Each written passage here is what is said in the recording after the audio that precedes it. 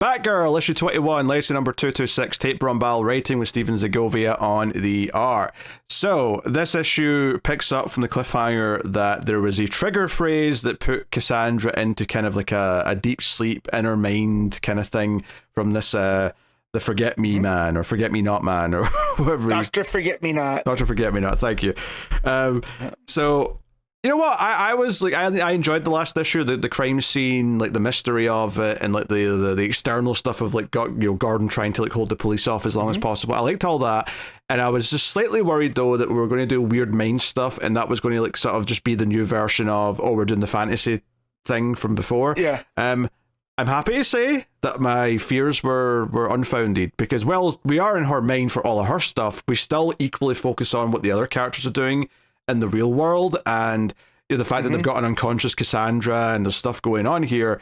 But I also think that the stuff that we find out in Cassie's mind is actually pretty interesting. So what this issue sets up is that this murdered girl, she was basically a rival experiment. So David Kane had his experiment, which was to train Cassandra in the ways of combat with only violence as a language, without any words. And one of the interesting things about this issue actually is that when Cassandra is starting to unlock these memories and see them, she couldn't speak when she had all these experiences, so she cannot understand anything that anyone's saying. I think that's a really cool mechanic for the sake of that. That really, because that takes the story from being solved, because she's, as an adult listening, to hear what they're talking about, to I have no idea what they're saying. I have to see this out. So she has to, re-experience it. Yeah, she has to piece it together, and I think that's quite fun.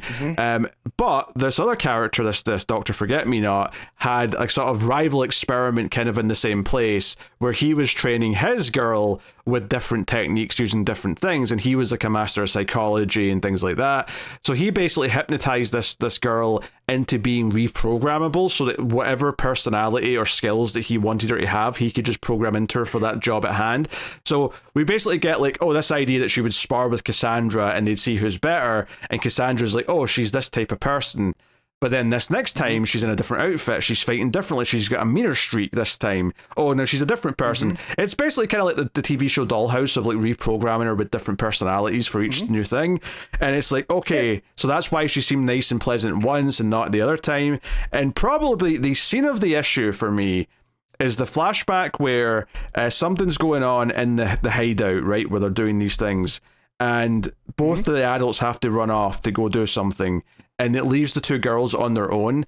And the other girl, whose name I'm blanking, was it Victoria, I think, something like that? Yes. So she actually kind of breaks down, like now that they're not being watched by the adults, and hugs Cassandra when they're kids, and basically is tearing up, and like clearly is aware of who she is in this moment. And like Cassandra doesn't know how to take it, because she's never felt compassion from anyone, because David Cane's trained her like a goddamn robot.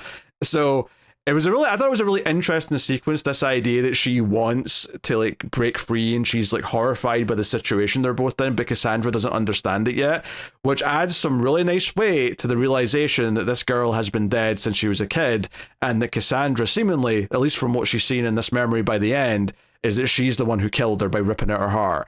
So it's like, we're doing the dark path, and that dark past, I should say, of Cassandra from before she was able to escape David Kane and ended up with Batman. And we're going into that, but we're interested in this interesting extra element of there was a rival person using different techniques for his girl, and that's who this person is. I actually thought all this lore was actually really interesting.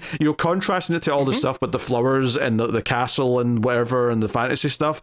I was actually like, oh no, this is actually adding interesting stuff into Cassandra Cain lore. I'm into this. You appreciate the David Kane side of things and not the Shiva side of things to Cass. I mean, that's telling me. Not necessarily, I guess, kind of, but it's more just that this is more about the building blocks of how she became who she was, and that's more interesting to me than like the mystical mumbo jumbo side of it. No, I get it. The whole idea. So even Dr. Forget Me Not calls Victoria his paper doll, right? Which is another, because you compared it to Dollhouse, and he can basically clear her whatever, her essence, and turn her into a different style of fighter. And I think it's cool, the different versions that we see, right, where she's wearing like a gi, she's wearing what looks like the bride's yellow outfit at one point from Kill Bill, And before people come to me, I know it's also a Bruce Lee outfit from one of the other movies, but Game of Death. Here I feel like it's Here I feel it's more evocative of the Bride. I mean, this is from Kill Bill. Yeah, I mean, I feel like there's definitely some parallels here. Obviously, Cassandra Cain's like first book was before the Kill Bill movies came out, but it's hard not to think about those like flashbacks to like the Japanese fighter's backstory, which is like an anime like, section of that movie, and it's like, hey, this is like kind of feels like that almost, but for Victoria and Cassandra, where here's their kind of like slick action backstory of when they were like forced to murder people as children. Yeah.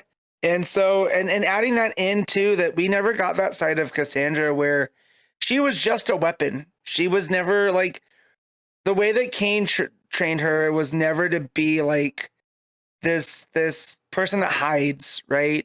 And attacks from, surprise. She was just essentially like this, a sword that you wield, And so the idea that there was this other type where it was more of that, send her into place using subterfuge and whatnot. It's like, what was going on when Cassandra was coming up with these, with these guys that they're using kids as weapons? And I feel like that's where we're going to be getting to also, on this whole loss of innocence for these kids and going on to there. Because that's always a part of Cassandra's story. And for them to show it like all through here with this girl that as when there's no one around and there's no expectations, she hugs Cassandra.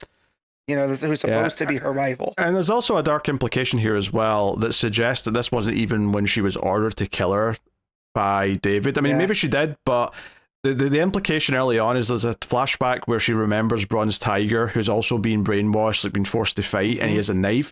And she talks about how the knife disappears and she can't find it in the flashback. And it's kind of almost implying that she, like as a child, stole that knife and then used it as a weapon to kill Victoria. But if she stole the weapon and it wasn't given to her by David Cain, it almost suggests that this is something she did, outside of orders, and like is going to make her even more guilty. It's like, the conditioning was so strong that this girl trying to reach out to me resulted in me being an assassin and just killing her. Well, she saw it as weakness, right? Like, you're not a rival of mine, So, it's super dark stuff, and kind of. Again, it's the David Cain side of Cassandra after spending all that time with the Shiva side. And I'm not surprised it's that much more dark either. Because we've talked about when we went back and read the first issue of the Batgirl series that came out in the 90s. And just kind of how dark it was from jump with what, it sets up. And touching back in on that.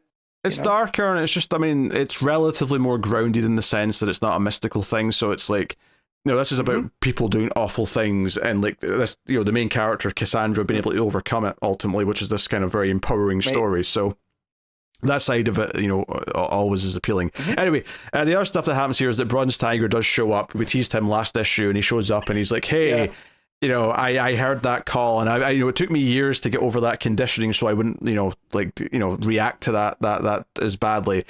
We have to get downstairs because this is the place. This is where the secret area was where she was trained. So the other characters are going down there to try and help her, and like we have to try and get her out of this. And like and Cassandra's told by Dr. Forget-Me-Not that if she doesn't figure out who the killer is, right? Because that's what she's tasked with up front, is like, hey, if you can't tell me who the killer is, you'll never wake up from this. You will be trapped in your own mind forever. How true that is, is up for debate, I suppose, but that's the goal. And it seems like at the end, this is probably the right answer, is that she's the one who killed her.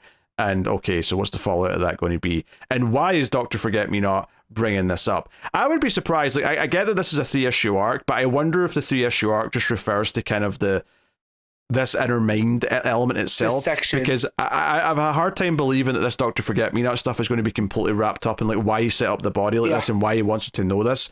The idea that may all be wrapped up in one more issue feels a little bit far-fetched at this point, so we'll see. Yeah, well, and given how we know how BROMBAL tells stories, he tells them in sections. So I feel like this is just the first section of this next part.